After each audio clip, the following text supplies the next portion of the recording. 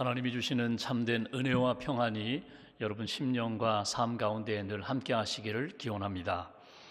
평범한 우리의 이웃들이 겪은 따뜻한 이야기를 모은 연탄길이라는 책이 있습니다. 그 책에 아름다운 동반자라는 주제의 글이 있는데 여러분에게 소개하고자 합니다. 한 사람이 자기 친구 결혼식에 참여하게 되었습니다. 신랑이 입장을 하고 이제 신부 입장을 알리자 술렁이던 그 하객들이 조용해졌습니다. 한쪽 다리가 불편한 신부가 아버지의 손을 잡고 한 걸음 한 걸음 조심스럽게 입장을 하게 됩니다. 신부는 중심을 잡으려고 안간힘을 쓰지만 느리게 연주되는 웨딩 마치 피아노 반주에도 제대로 발을 맞추지 못했습니다. 신부가 신랑 앞에 거의 다다를 즈음에 그만 신부가 중심을 잃고 넘어지게 됩니다.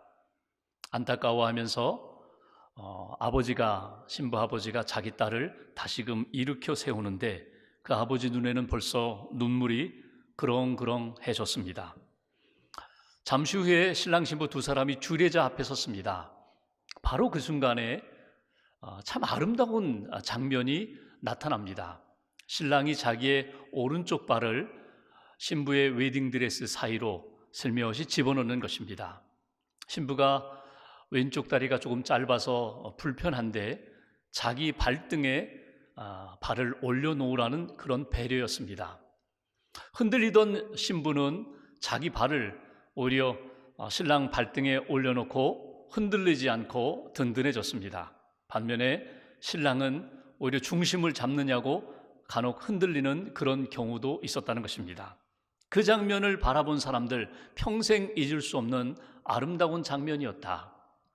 몇 달이 지난 후에 결혼식에 참석했던 친구가 신혼집을 방문하게 됩니다.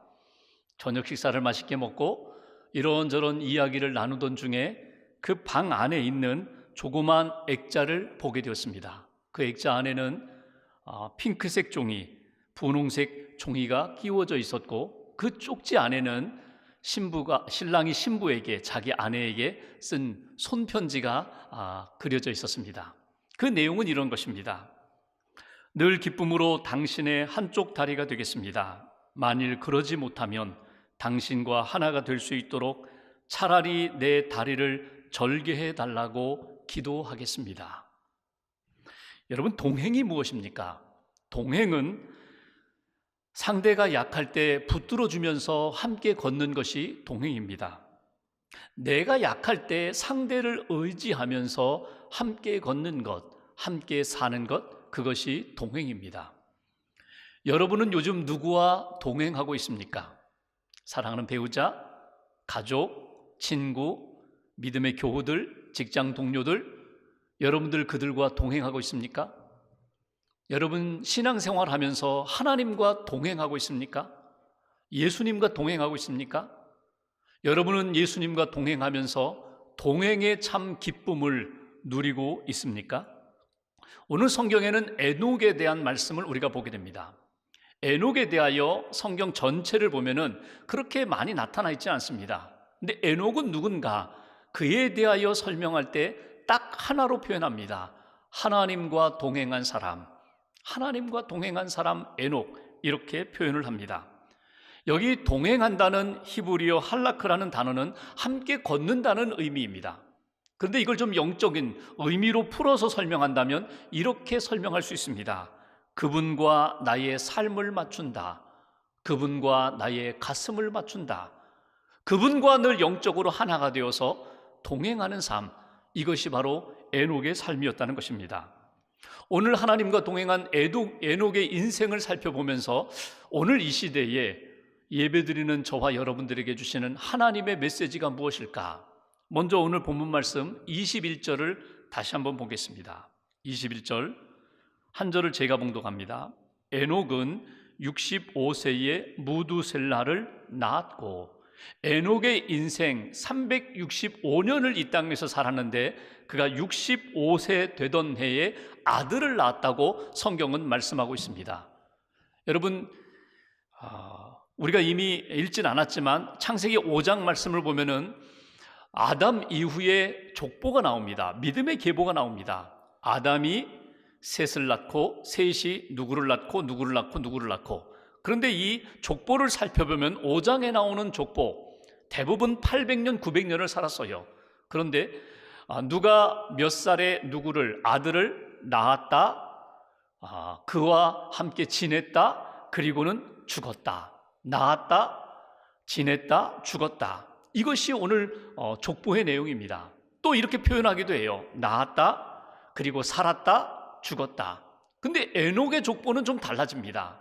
그가 65세에 아들을 낳았다, 그리고 죽었다라는 표현이 없어요. 오늘 본문에 보면은 하나님과 동행했다라는 말이 2번 강조되어 나옵니다. 그러니까 인생을 살펴보면은 하나님 앞에서 이 땅에 태어나서 살다가 지내다가 죽은 인생이 있는가 하면, 이 땅에 태어나서 하나님과 동행하며 살다가 하나님이 데려가시는 인생이 있다는 것입니다. 오늘 에녹의 인생은 어떤 인생인가? 이 땅에서 어떤 때에 65세 결정적인 시간에 하나님과 동행을 시작하며 하나님과 동행하다가 하나님이 데려가신 인생, 그것이 바로 에녹의 삶의 모습입니다.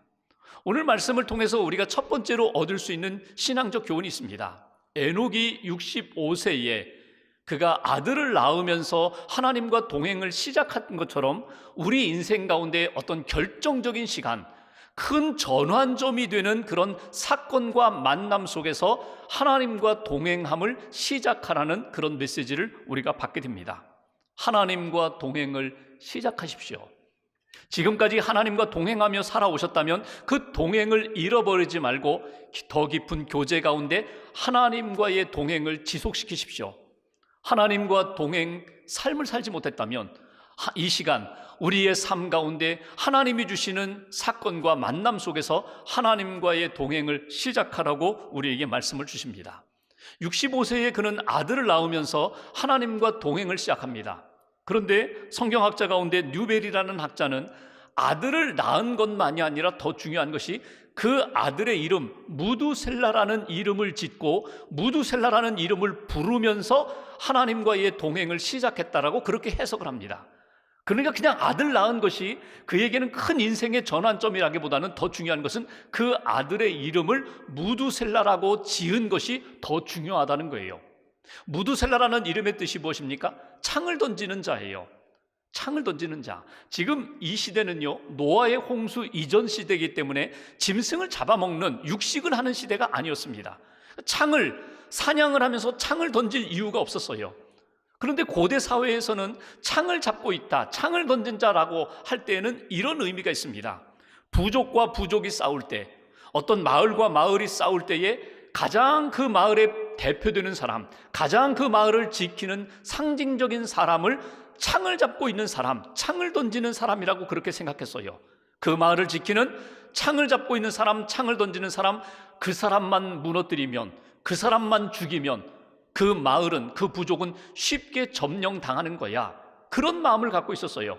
그러니까 창을 던진다라는 이 무두셀라라는 의미가 의역해 본다면 그가 죽으면 심판이 오는 거야. 그가 죽으면 큰일 나는 거야. 그가 죽으면 이 세상 끝나는 거야. 그런 의미로 받아들일 수 있다는 것입니다. 에녹이 아들을 낳았어요. 65세에 아들을 낳은 다음에 그 아들의 이름을 무두셀라라고 지었어요. 무두셀라라는 의미가 무엇입니까? 이 아들이 죽으면 심판이 온다.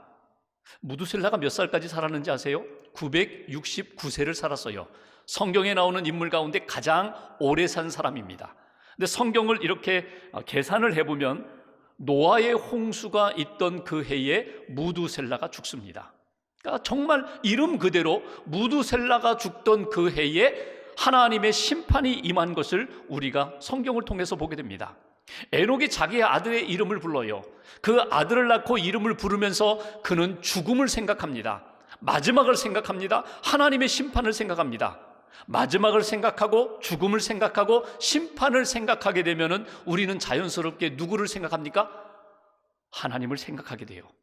하나님의 구원을 사모하게 돼요. 오늘 에녹의 변화는 바로 이러한 변화였다는 것입니다.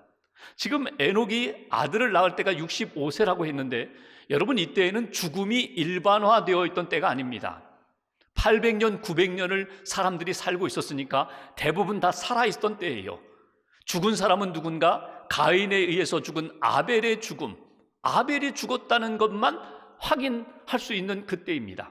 어떤 학자는 아담도 이미 죽었다라고 말하는 학자도 있고, 계산해 보니까 아니다, 아담은 아직도 살아있다라고 그렇게 말하는 학자도 있습니다. 분명한 것은 내 인생의 마지막을 생각하고 내 인생의 심판을 생각하고 내 인생의 마지막 하나님 앞에 서는 그 끝을 생각할 때에 자연스럽게 하나님 앞에 서는 그 시간을 생각하면서 하나님을 바라보고 하나님과 동행하고자 하는 마음이 에녹의 마음 가운데 꿈틀거렸다는 것입니다.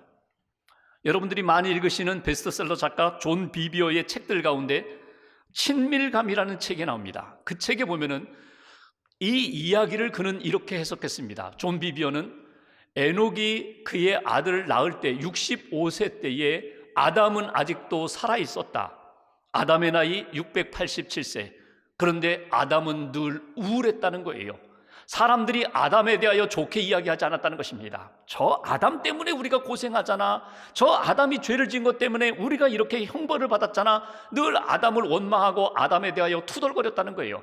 그래서 아담은 사람을 만나지 않았습니다. 그는 늘 혼자 있기를 좋아했습니다. 우울했습니다. 동굴 속에 들어가서 혼자 지내는 그 아담을 에녹이 찾아갑니다. 그리고 묻습니다. 아담, 처음에 에덴 동산에 있을 때 이야기 좀 들려줘. 하나님이 자네를 만나서 아담을 만나서 할아버지와 무슨 이야기를 했지? 아담에게 하나님이 어떤 은혜를 주셨지? 말씀을 주셨지? 하나님과 교제하며 하나님과 대화하며 하나님과 동행했던 이야기를 들으면서 에녹의 마음 가운데 이런 마음이 꿈틀거렸다는 거예요. 나도 하나님과 동행하는 삶을 살고 싶다. 하나님과 교제하는 삶을 살고 싶다. 그러면서 그의 아들을 낳게 되고 무두셀라라는 이름을 지으면서 하나님과 동행하는 삶을 시작하게 되었다는 그런 해석입니다. 저는 일리가 있다고 생각해요. 우리의 인생 가운데 크고 작은 일들이 많이 있습니다. 그 가운데 지금까지 내가 몇십 년을 살면서 내가 이런 일은 처음 본다, 그런 어려움을 만날 때가 있어요. 요즘과 같이 여러분, 이런 정말 큰 일을 만나게 될 때에 어떤 큰 사건이나 어떤 귀한 만남을 통해서 우리는 하나님을 생각하게 되고 하나님을 사모하게 되고 하나님과 동행하기를 시작하는 인생의 출발점으로, 큰 전환점으로 나타나야 한다는 것입니다. 오늘 에녹의 하나님과 동행하는 삶을 통하여 우리에게 주시는 첫 번째 메시지예요.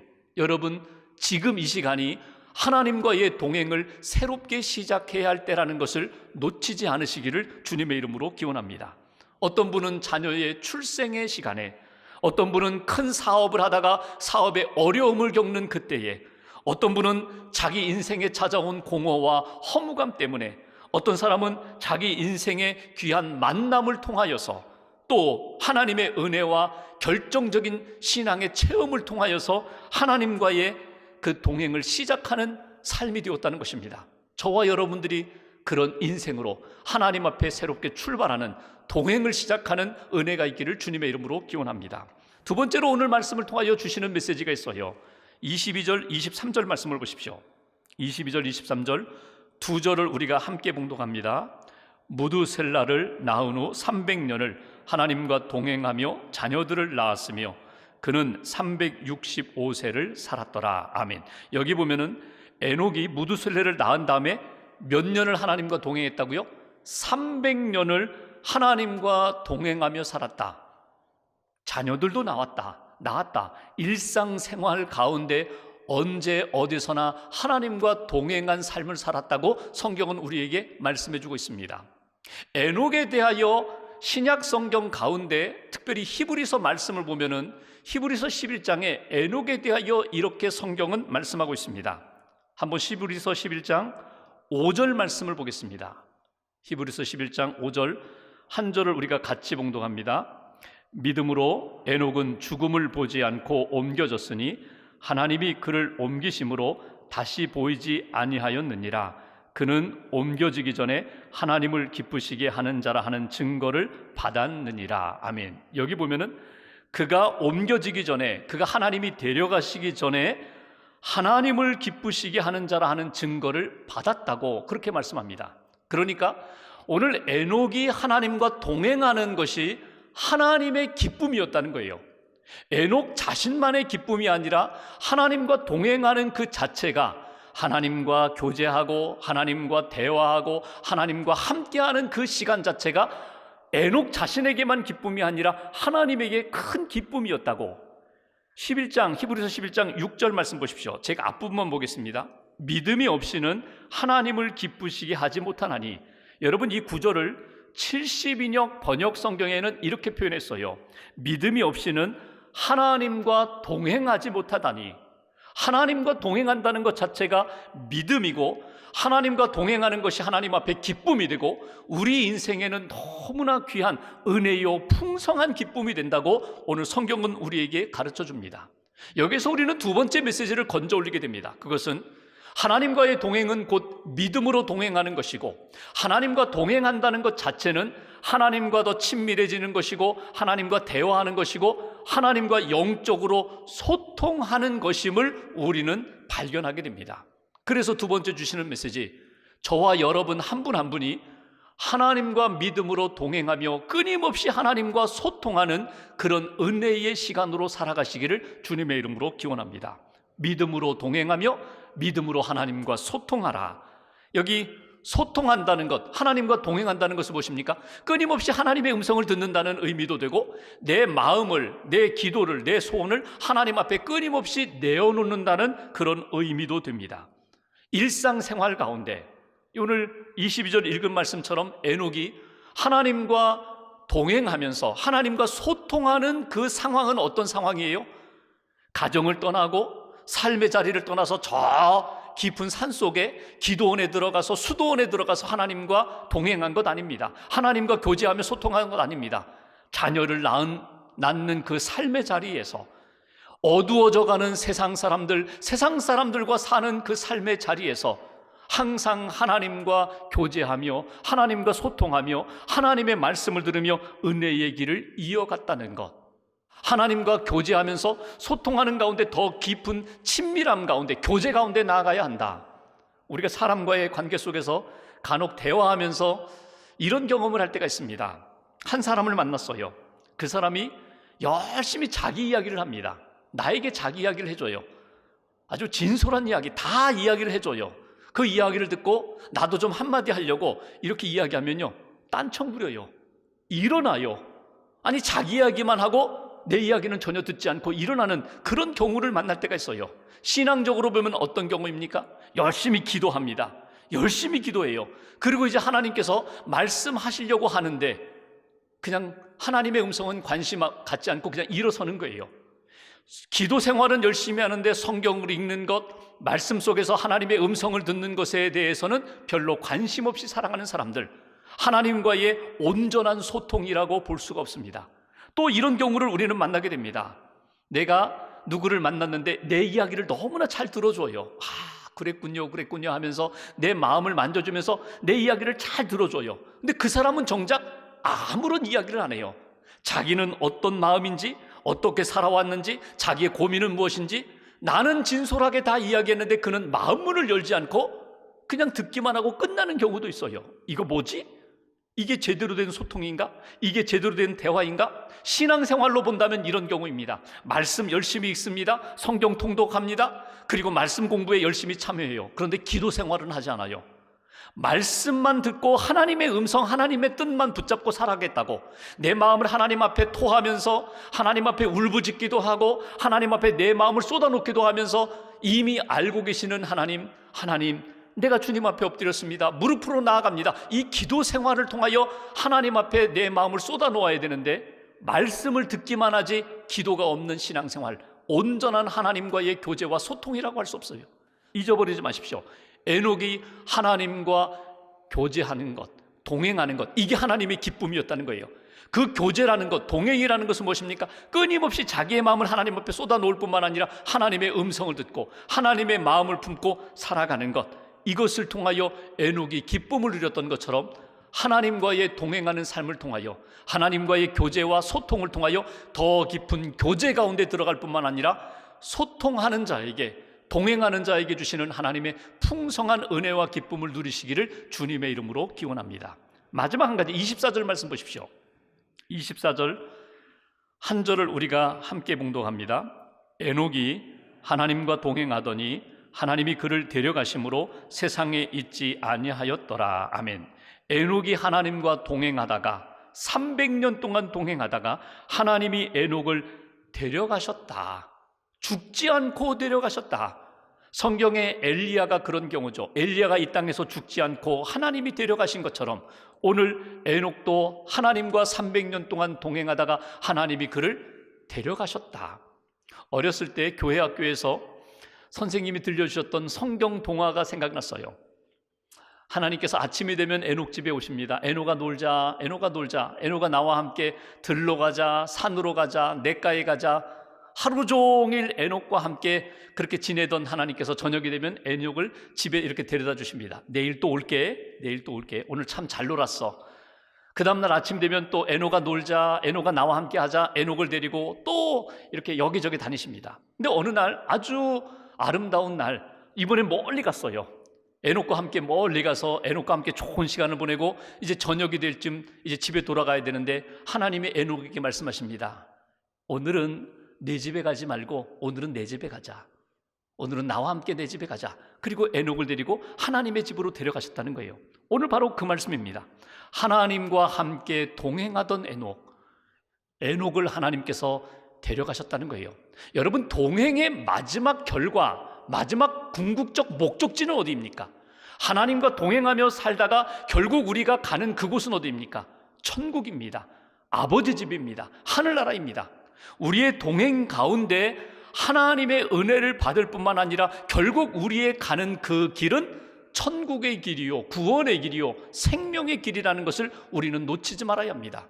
여기서 우리가 세 번째 놓치지 말아야 할 귀중한 메시지가 있습니다. 에녹처럼 하나님과 동행하며 하나님의 인도하심을 따라 살아가야 한다. 하나님의 인도하심에 순종하는 인생이 되시기를 주님의 이름으로 기원합니다. 하나님과 동행하는 가운데 때로는요, 분명히 하나님이 나와 함께 하시는데 하나님 없는 것처럼 내가 흔들릴 때가 있어요. 하나님이 내 마음을 알고 계시는데 하나님이 모르시는 것처럼 내가 막 답답해할 때가 있어요. 하나님은 아시고 하나님은 모든 것 인도하실 뿐만 아니라 내 삶을 붙들어 주시는 하나님이라는 사실을 여러분 놓치지 마십시오. 우리의 동행의 여정이 어디입니까? 이건 구원의 길이에요. 천국으로 가는 길입니다. 의와 생명의 길이에요. 하나님과 동행하면서 죄의 길로 갈 수 없습니다. 하나님과 동행하면서 인간의 그 욕망의 길로 갈 수 없어요. 끊임없이 하나님과 동행하는 삶의 모습은 하나님의 인도하심 따라 하나님이 의의 길로 생명의 길로 우리를 인도해 주신다. 항상 여러분 느끼셔야 됩니다. 하나님이 함께 계심을, 동행하심을 볼 수 있어야 되고 느낄 수 있어야 되고 고백할 수 있어야 되고 주의 음성을 따라서 살아가는 인생. 때로는 넘어질 때가 있어요. 내 힘으로 일어나기 어려울 때 동행하시는 하나님이 나를 붙들어 일으켜 주십니다. 때로는 내가 너무 아플 때가 있어요. 슬플 때가 있어요. 괴로워 신음할 때가 있어요. 그때 옆에 계시는 동행하시는 주님이 나를 꼭 안아주십니다. 괜찮아, 괜찮아. 내가 있잖아. 내가 떠나지 않을 거야. 내가 함께 할 거야. 걱정하지 마. 염려하지 마. 두려워하지 마. 내가 다 알고 있어. 내가 함께 갈게. 걱정하지 말라고 주님이 안아주심의 은혜를 저와 여러분들이 다시 한번 경험하기를 주님의 이름으로 기원합니다. 하나님과의 동행 가운데 끊임없이 하나님과 대화하시며 소통하시면서 더 깊은 친밀한 사귐과 교제 가운데 들어가십시오. 그리고 하나님이 오늘 우리에게 주시는 말씀을 따라 순종하십시오. 그러면 우리의 인생도 하나님이 약속하신 대로 의의 길이 될 것이고 생명의 길이 될 것이고 천국에 이르는 그런 구원의 길이 될 것입니다. 그런 인생 살아가는 저와 여러분 되시기를 주님의 이름으로 기원합니다.